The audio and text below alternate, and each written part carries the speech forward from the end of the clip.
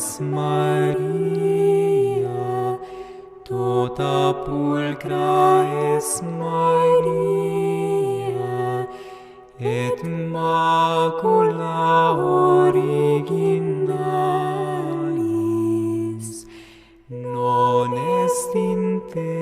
Et macula originalis, non est in te. Tu gloria Jerusalem,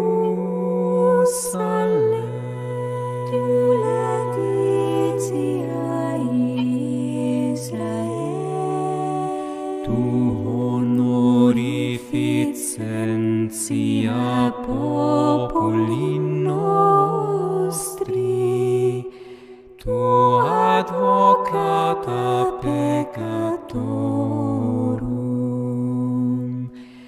O Maria,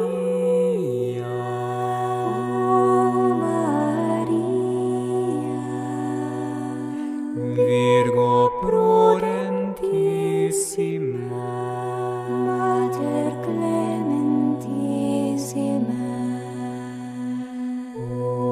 ora pro nobis, intercede pro nobis, ad Dominum Iesum Christum.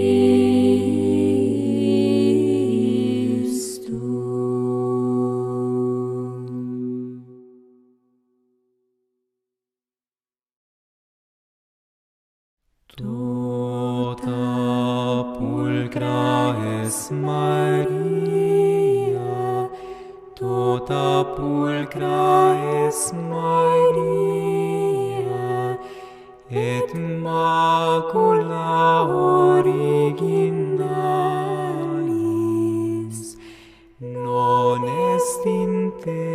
Et macula originalis, non est in te.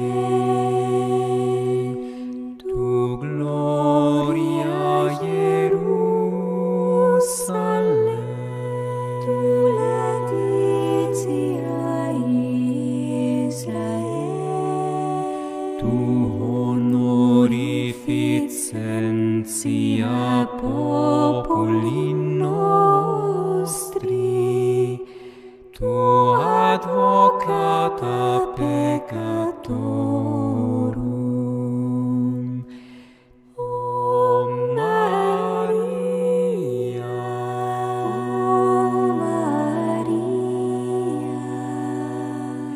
Virgo prudentissima, Mater clementissima,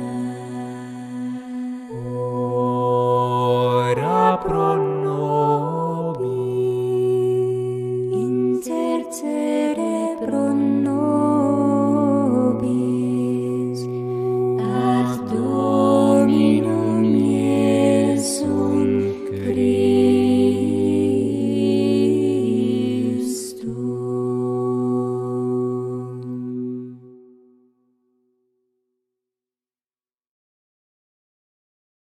tota pulcra es Maria, tota pulcra es Maria, et macula originalis, non est in te. Et macula originalis, non est in te. Tu gloria Jerusalem, tu laetitia Israel, tu honorificentia populi nostri, tu advocata peccatorum. O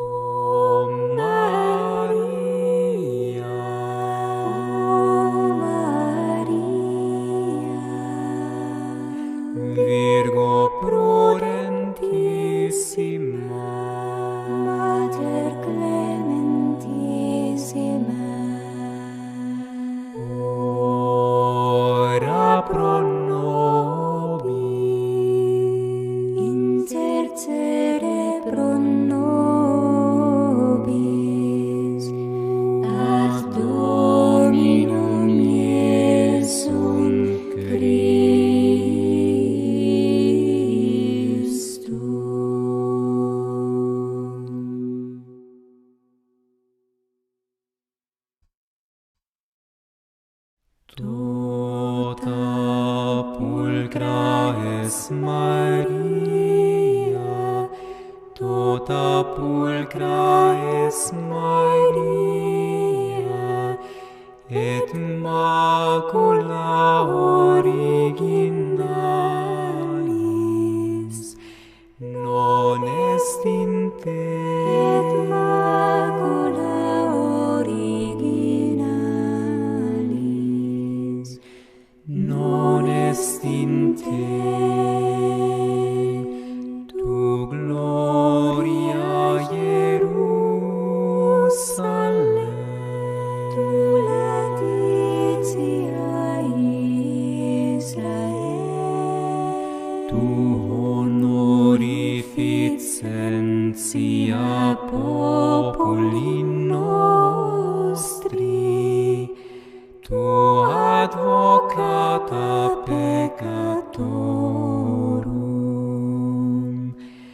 O Maria,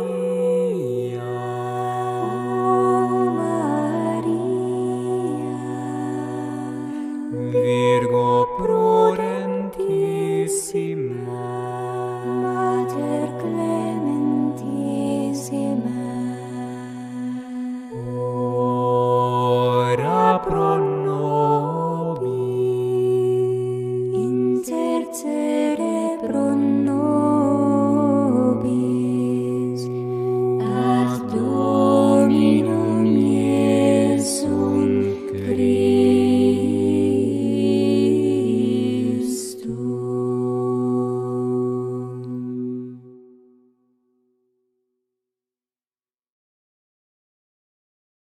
tota pulcra es Maria, tota pulcra es Maria,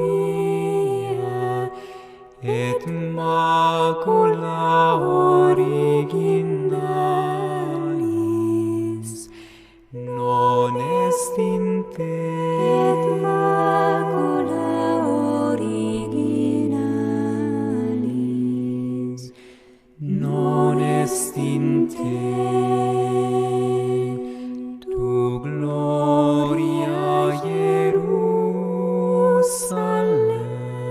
tu laetitia Israel, tu honorificentia populi nostri, tu advocata peccatorum. O Maria,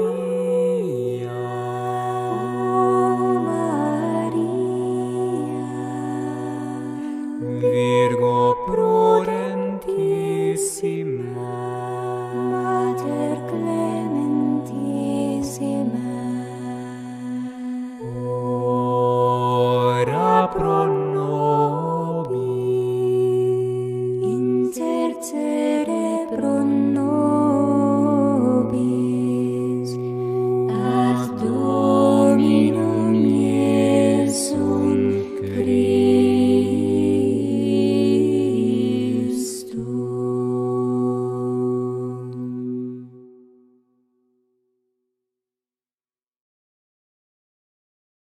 tota pulcra es Maria, tota pulcra es Maria, et macula originalis non est in te. Et macula originalis Non est in te. Tu gloria Jerusalem, tu laetitia Israel, tu honorificentia populi nostri, tu advocata peccatorum. O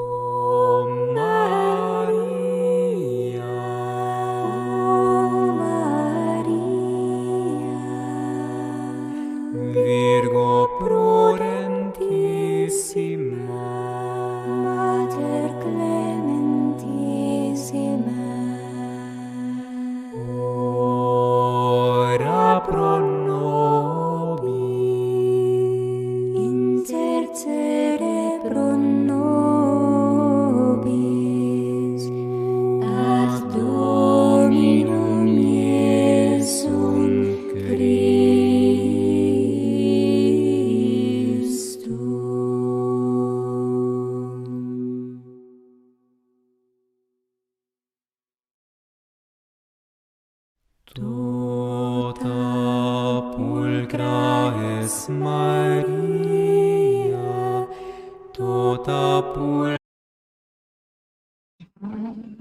of Christ, of mercy, pray for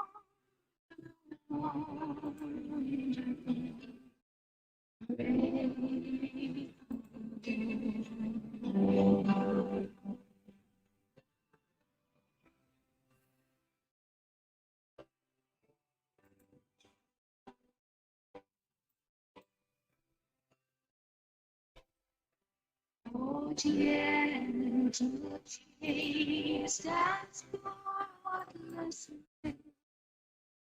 we sinners may our prayer. Remind thy Son that he has the voice of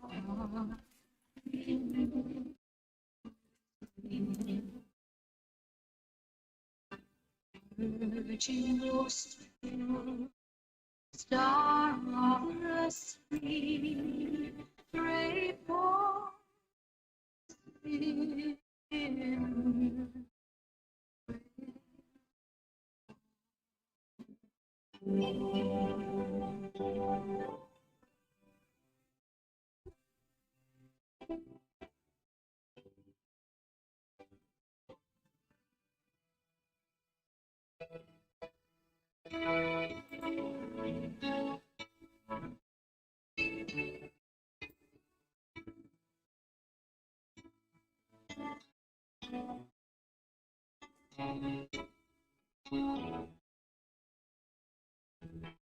Remind thy Son, has paid the price of our iniquity.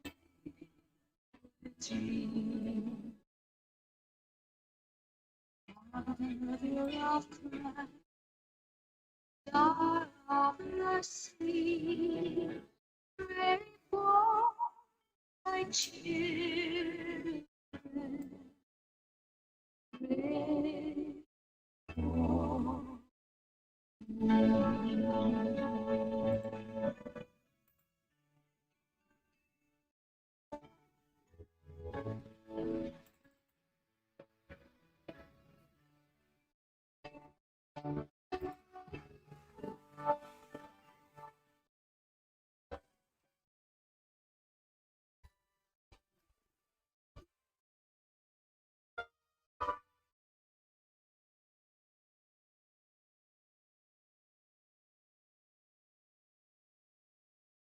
You shall cross the barren desert, but you shall not die of thirst. You shall wander from Listening to Radio Maria, streaming live from our website at radiomaria.us. Through your smartphone on the Radio Maria Play app on 580 AM KJMJ Alexandria, 1360 AM KNIR New Iberia, 89.7 FM KBIO Natchitoches, and 91.1 FM KOJO Lake Charles. In Texas on 1250 AM KDEI Port Arthur. In Ohio on 88.7 FM WHJM in Anna, 1600 AM WULM Springfield, with translator W277AO, 103.3 FM in Dayton. In Pennsylvania on 88.1 FM WHHN in Hollidaysburg, Altoona. In Mississippi also on 88.1 FM WOLM Diverville, Biloxi. In Wisconsin on 91.3 FM WRMW Peshtigo, in Florida on 91.9 FM, WMKL Hammocks, Miami, and in Tennessee on 1280 AM WMCP Columbia, with translator W277DK, 98.9 FM, also in Columbia.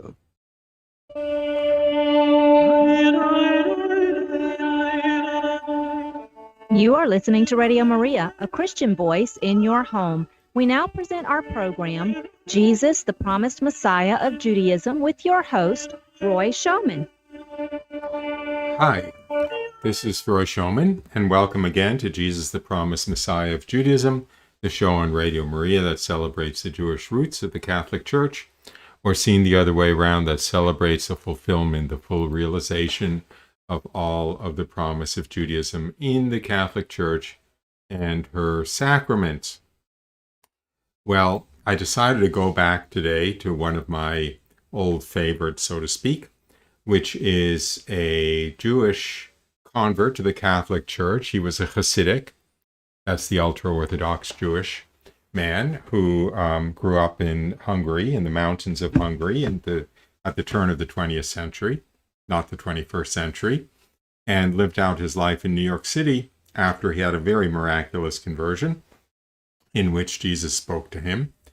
And he lived out his life as a Catholic contemplative, living with a Jesuit community in New York City. His name was Charlie Rich.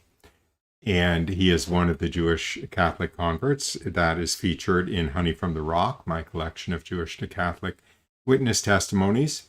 And I unfortunately missed my chance to meet him.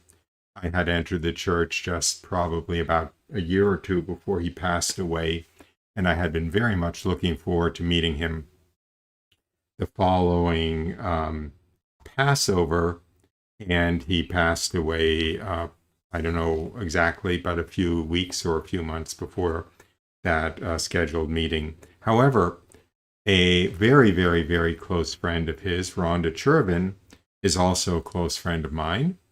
And she had a very long correspondence with Charlie Rich. She ended up publishing a number of books of his writings and his autobiography. And also she published a couple of volumes of letters that he sent to her, letters of spiritual direction, essentially. So what I wanted to do today was read some of Charlie Rich's letters of spiritual direction to his good friend, Rhonda Chervin. Now, Rhonda Chervin has been on this show a number of times. She is, thank God, still alive. She's not actually that much older than I am. And she has been on this show, and she's given her witness testimony and also talked about various other topics. But today she won't be speaking for herself. She'll just be speaking through the letters that Charlie Rich wrote to her. I'll be drawing the letters from 2 slim volumes of correspondence that he wrote to her. One is called Letters for Eternity, and the other, The Holy Dibbuk. Dibbuk is a kind of a spirit. It's actually kind of a automaton spirit, but anyway. So that's my plan for today.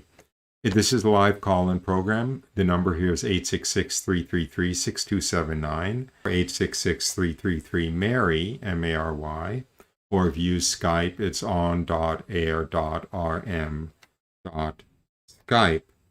Now, before I go into the letters of Charlie Rich, I will give a little bit of a comment on why I felt inspired to read them today. And Charlie Rich, as a very enthusiastic convert from Hasidic Judaism to the Catholic Church, and an extremely contemplative, spiritual man who spent most of his life in adoration before the Blessed Sacrament, had a very supernatural view of life on earth.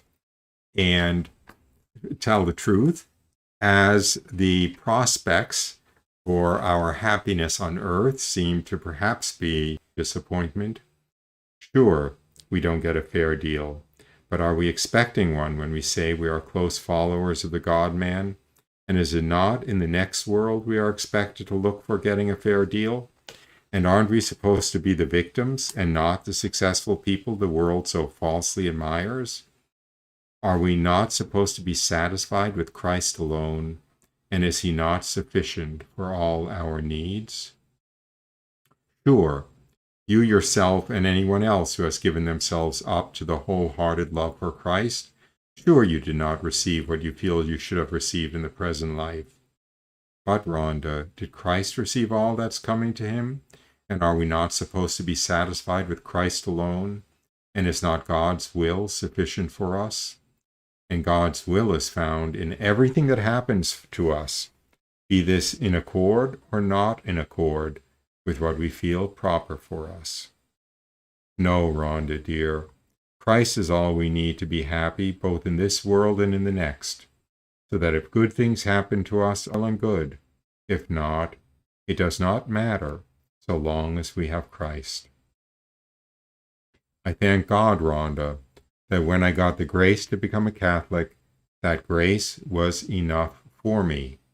Having Christ to the degree I do, what is there the world has to offer which can in any way be compared to the joy of heart we have in having him who is meant to be everything to us?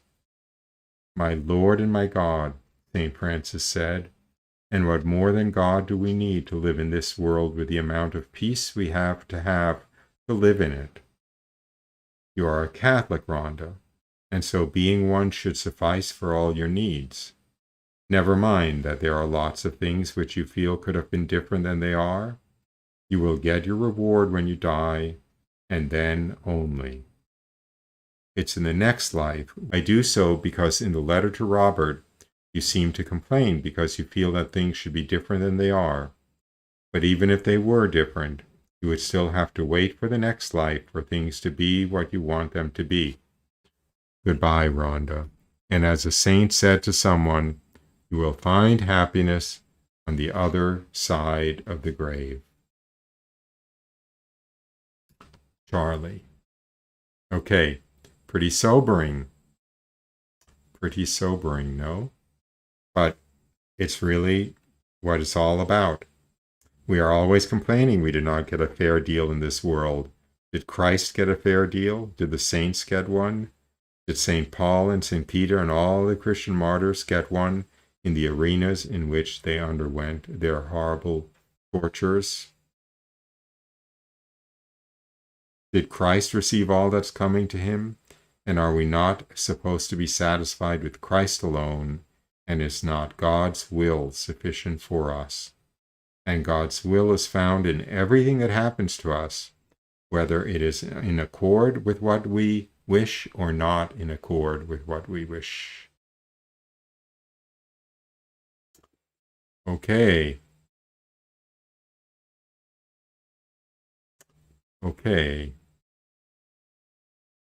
Well, Vienna's not happy, but it's the truth.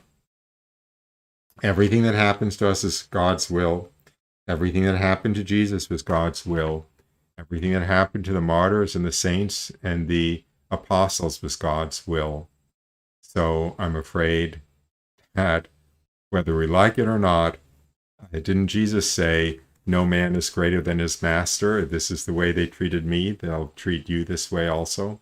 A rough paraphrase. Anyway.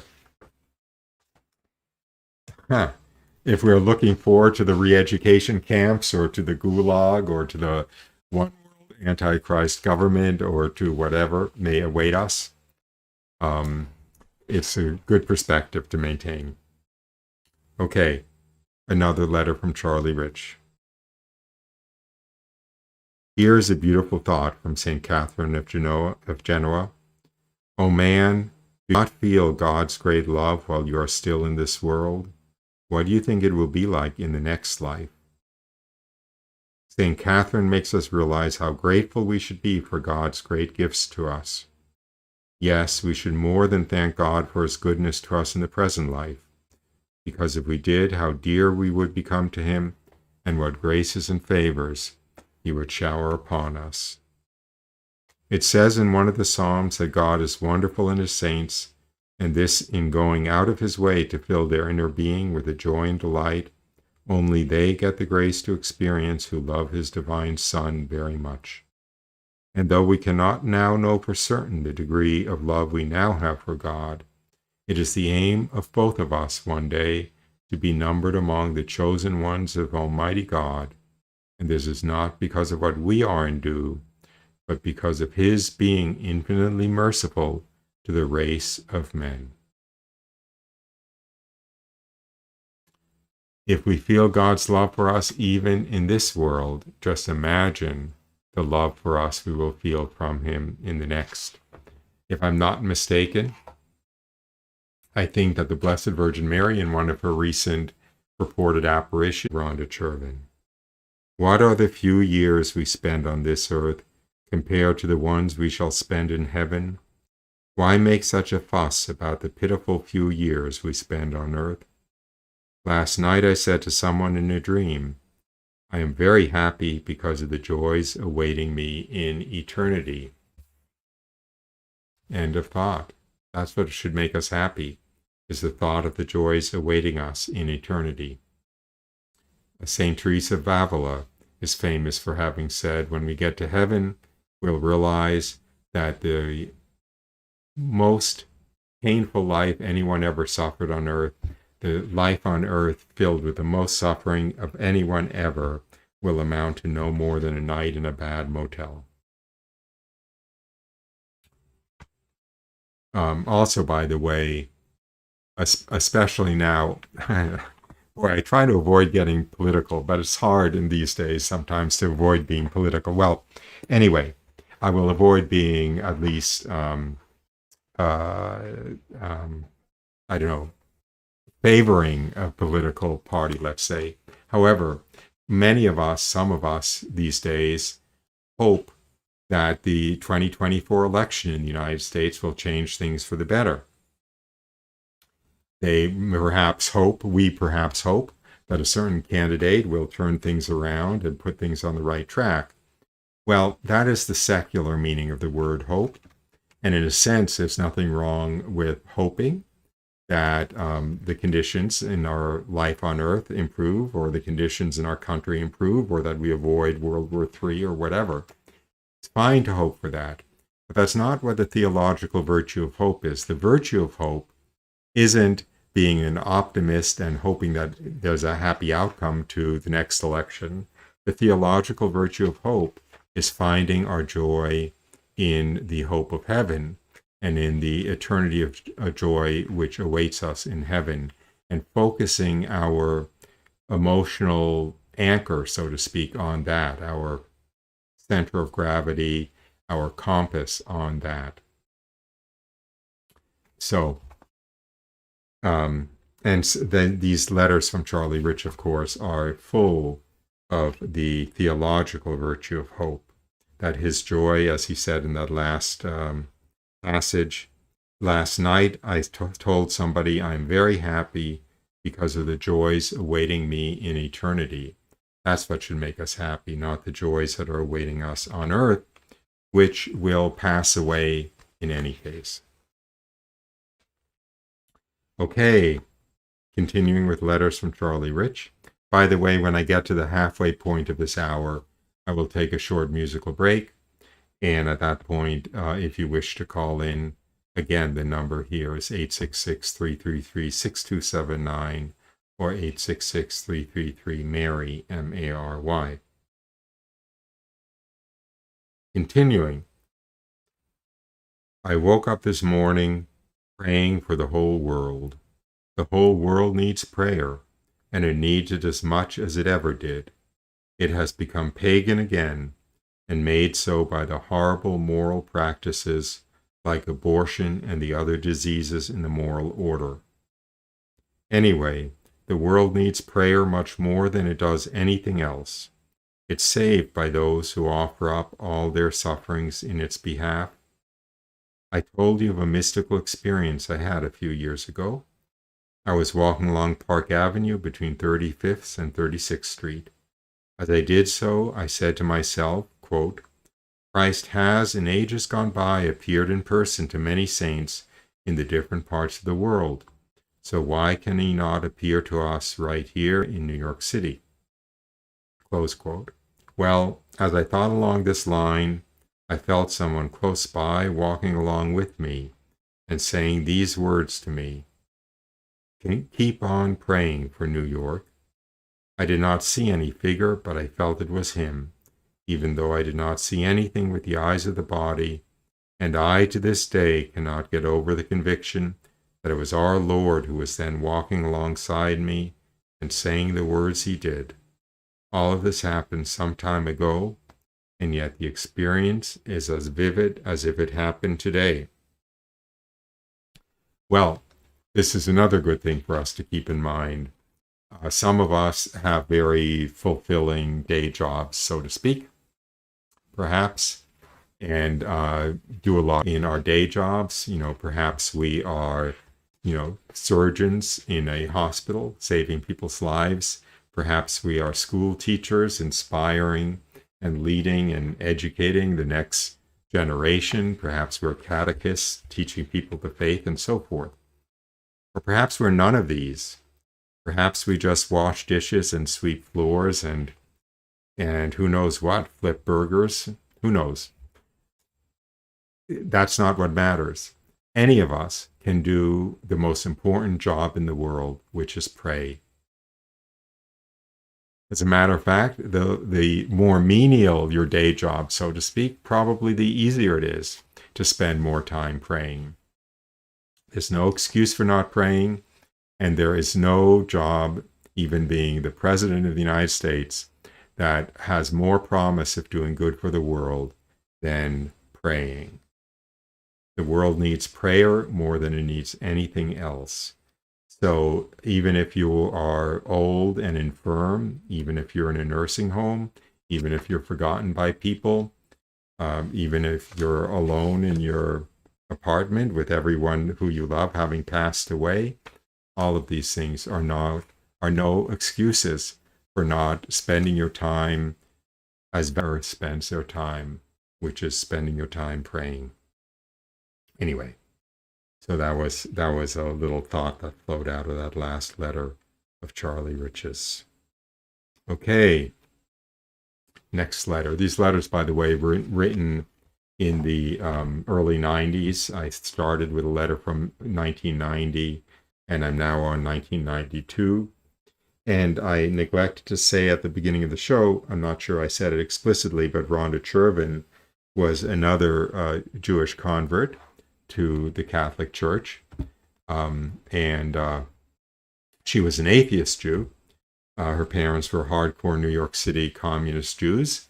But when she discovered the truth of the Catholic faith through her exposure to Dietrich von Hildebrand and his wife Alice von Hildebrand, Rhonda Chervin dedicated herself entirely to pursuing God and serving God. And she became she first became a Catholic, of course. Then she got a doctorate in philosophy, inspired by the von Hildebrands. And she has spent her quite long and fruitful life as a Catholic philosopher and philosophy professor at a number of Catholic institutions, including Steubenville. Anyway, so that's who Rhonda Chervin is. They're all around us, and they do not have the slightest idea of what they are doing in this life. And so we have to pray for these people, and we do so by the trials of our earthly lot, and by asking for the grace to put up with the troubles of this life. And did not Job suffer so much that he was forced to say, "Though you will slay me, I shall not swerve one iota from love for thee," or words to that effect? Sure, Rhonda, we both suffer so much on this earth and in this life, but we have the cloud of witnesses that the saints are. And it's only a matter of a very short time we will both be in heaven, where we won't be able to get away from the joy and the delight we will there experience by being with each other and being with God. There's a line in the Psalms which should bring you much consolation. It reads, "The greatness of your mercy." Only the word greatness should be replaced by the word vastness. The term vastness denotes the infinity of the mercy of God. There is no limit to that mercy. So it's for this reason God allows so much sin and evil to exist. No one is going to be exempt from them, and yet no one is deprived of the certainty of an eternity of perfect joy in heaven, should they make that their first priority. So,